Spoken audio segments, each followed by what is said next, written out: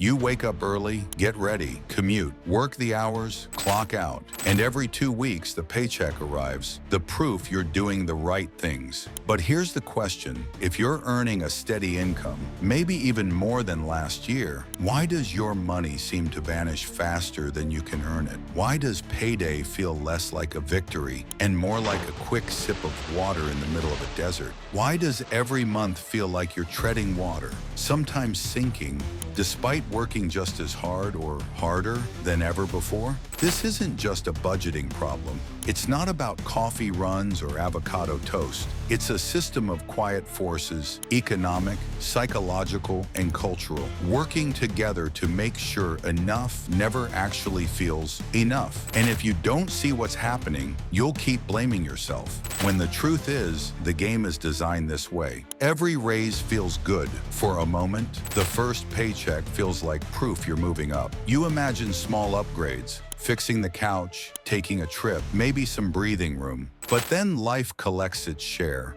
Your rent jumps to match market rates. Groceries cost more for the same bag of food. Gas prices spike, eaten into the raise you just got. You cut back here and there, but the unexpected still hits. A dental bill, car repairs, a subscription you forgot to cancel. Soon the raise you celebrated is gone, absorbed by the invisible tide of higher costs. It's like climbing stairs where each step rises as you step on it. No matter how many you take, you're still at the same level. And our brains normalize quickly. That extra money that once felt significant, after a few months, it's just normal. And normal never feels like progress. It's not recklessness. It's the goalposts moving faster than you can run. Prices always go up. That's inflation. But the inflation you feel isn't the number on the news. That's an average across thousands of goods, most of which you never buy. Your personal inflation is higher. The essentials, rent, food, utilities, healthcare, childcare, rise faster than the average. Housing costs alone can wipe out a raise. Property taxes and insurance climb even for homeowners. Grocery prices inch upward and never really return to where they started. Electric bills hide new fees. Water utilities tack on infrastructure charges. Internet rates jump when promos expire. Then there's shrinkflation. Same price, less product. Fewer chips in the bag.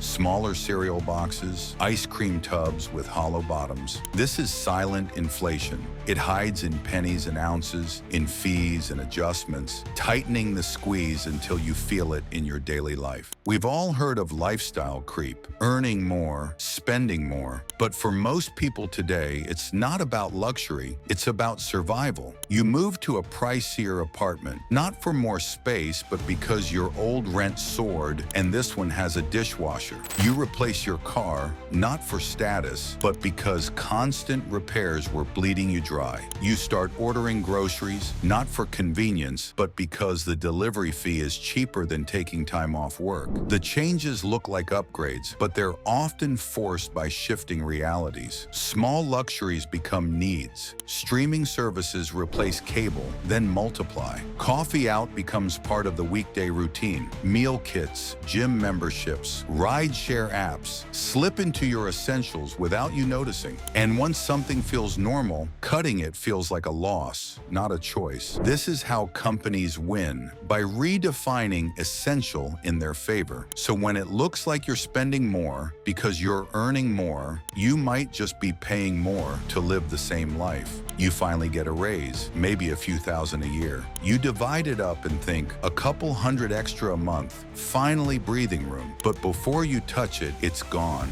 Taxes take a bigger slice. Health insurance premiums creep up, coverage shrinks, and out-of-pocket costs rise. Utilities tack on mandatory fees. Phone bills upgrade themselves. And then there are the little traps. Bank fees for dipping below a minimum balance. Delivery service fees stacked on top of tips. Airline seat selection fees for seats you've already paid for. These hidden costs are the slow leak in your financial tire. You don't notice day to day, but over months, your momentum disappears. Money isn't just math, it's how it feels. You can have a job, a roof, food on the table, and still carry a constant hum of financial anxiety. It starts small, checking your account before saying yes to dinner, thinking twice before filling the tank, putting off replacing worn shoes. It's not about any one expense. It's the scarcity mindset that takes hold. Psychologists call it financial stress load, carrying a heavy backpack every day. You can move, but you're burning energy just to keep going. Then there's comparison. Social media shows friends traveling, dining out, upgrading. Your brain doesn't separate curated images from reality. It just tells you you're falling behind. Even if your math says you're fine, your emotions say you're barely holding on. That belief changes your behavior. You avoid investing because you can't afford to lose. You skip opportunities because they feel too risky. You dodge money conversations because they make you feel exposed. Feeling broke can be more limiting than actually being broke, because it shapes what you believe is possible. If you feel poorer despite a steady income, you're not imagining it. You're not bad at money. You're not failing. You're living in a system designed to keep you moving,